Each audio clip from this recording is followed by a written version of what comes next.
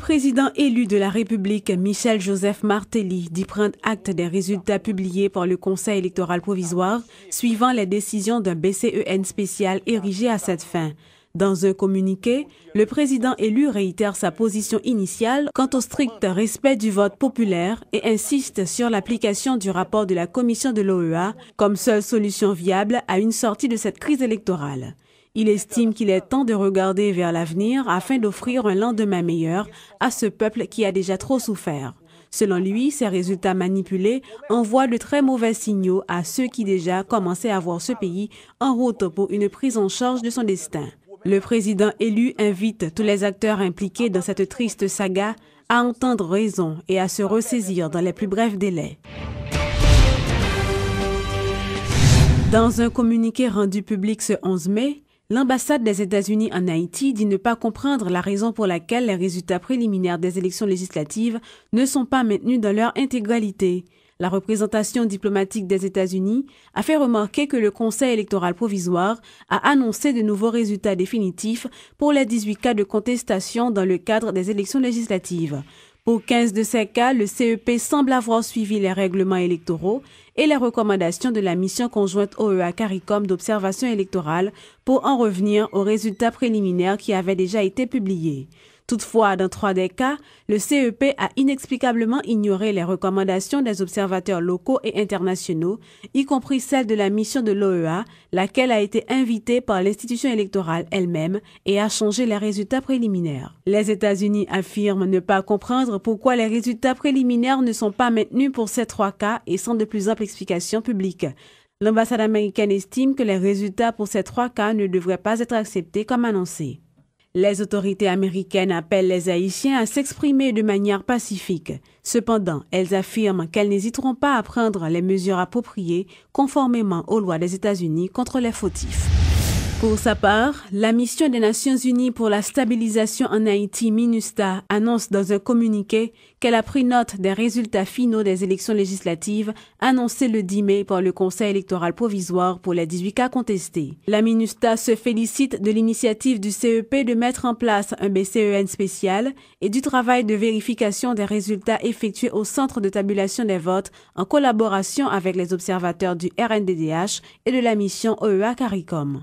Sur les 18 cas vérifiés par le BCEN spécial, 15 décisions sont en accord avec les observations effectuées par le RNDDH et l'OEA-CARICOM.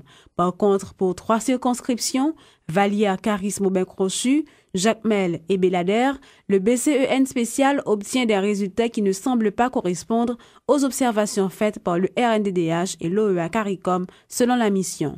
Dans un souci de transparence et de façon à légitimer ces résultats, la MINUSTAH appelle le CEP à afficher dans les meilleurs délais les décisions du BCEN spécial et à expliquer aux acteurs concernés, incluant les candidats, le raisonnement ayant mené à ces décisions. La MINUSTAH lance un appel pressant à tous les Haïtiens pour qu'ils s'abstiennent d'utiliser la violence pour exprimer leurs opinions dans le contexte post-électoral et les invite à s'engager ensemble dans l'avenir politique et la reconstruction du pays. Le représentant spécial du secrétaire général des Nations Unies en Haïti, Edmond Mulet, qui est arrivé en fin de mission, a salué l'élection de Michel Martelly à la tête du pays. Intervenant à la rubrique Le Point de Radio et Télémétropole, le diplomate estime que le retrait de la MINUSTAH prévu entre 2014 et 2015 sera synonyme d'une grande réussite pour l'ONU.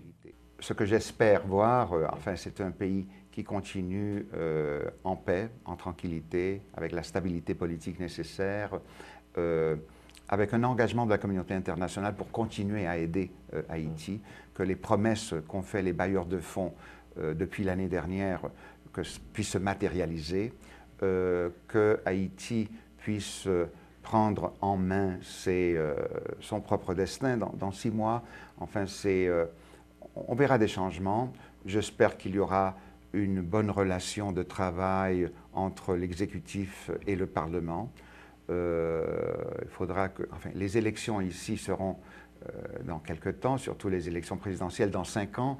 Est-ce qu'on ne peut pas laisser de côté les différences partisanes, individuelles, de secteurs et travailler tous ensemble pour le bien commun? Ça, c'est le souhait. Je crois que tout pays surtout Haïti, a besoin d'une autre force sécuritaire, pas seulement la PNH. Ça ne veut pas dire nécessairement une armée, ça peut être une garde nationale, une gendarmerie, mais je crois que c'est très important d'avoir une autre force. Le problème, c'est qui va payer pour cette force. Même maintenant, le gouvernement a des problèmes parfois pour être à jour, pour payer les salaires des policiers de la PNH.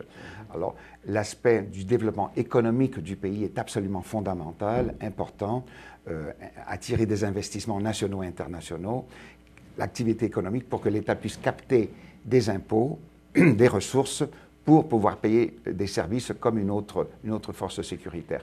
Mais je crois que d'ici à 4 ou 5 ans, je crois que la MINUSTAH vraiment devrait partir. Le départ de la MINUSTAH est un succès pour les Nations Unies. Et ça veut dire qu'on a accompli notre mandat. Le plus on reste, alors c'est un échec pour les Nations Unies. La coordination évangélique pour la restauration d'Haïti, CEPRA, qui regroupe plusieurs organisations et pasteurs, lance une nuit de prière en vue d'implorer la grâce de Dieu sur le prochain président d'Haïti. Les responsables de CEPRA, Jacques Maurice et le pasteur Chavan Jeune, en ont profité pour réclamer de la prochaine équipe gouvernementale l'intégration du secteur protestant dans le budget national. Donc on croit que c'était le moment pour que la nation enlève le pays d'Haïti parce que dans l'État que M. Michel Martelly va le pays d'Haïti, son job c'est que il n'est pas qu'à prétendre que le bras réussit là sans que il n'est pas recourir à la prière. Le premier président des États-Unis, M. Washington, il a demandé l'après-mandat qui s'est fait secret réussite parce qu'il n'a pas un modèle de président déjà devant. Il dit très tôt dans la ville, grand-mère, il était apprendre ou pas qu'à diriger une famille. Encore plus son organisation, encore plus son pays, sans bon Dieu, sans la Bible et sans la prière. Donc, quoi ça? Et nous croyons qu'avec démonstration ça, bon Dieu est capable de jeter un regard favorable sur le pays d'Haïti. Frères nous, haïtiens, chrétiens, tout le monde vient prier bon Dieu vendredi 13 là, de 6 h du soir. Parce que vendredi pour les Américains, c'est un jour malédiction. Mais cette fois, vendredi malédiction pour le tourner vendredi bénédiction pour Haïti. Donc, nous présent, il y a pile artistes qui ont fait déplacement. Et sur Anita Pla, sur Anita Pierre, tout le monde qu'on a plat, Bob de Nazareth qui est rentré, Julien Janvier à plat, et qui a sorti à l'étranger. Bon, ici, le Charemi, et ou gagne Laurent Odena, Zoom, ou gagne bon, Yvan. Donc, vous gagnez tout groupe ça, il y a un pile l'autre encore à plat, parce que vous avez un pile d'intervention tout. Et bien, thème de ce Néhémie 2, verset 18, que nous avons reconstruit, nous avons rebâti Haïti pour Jésus-Christ, avec Jésus-Christ.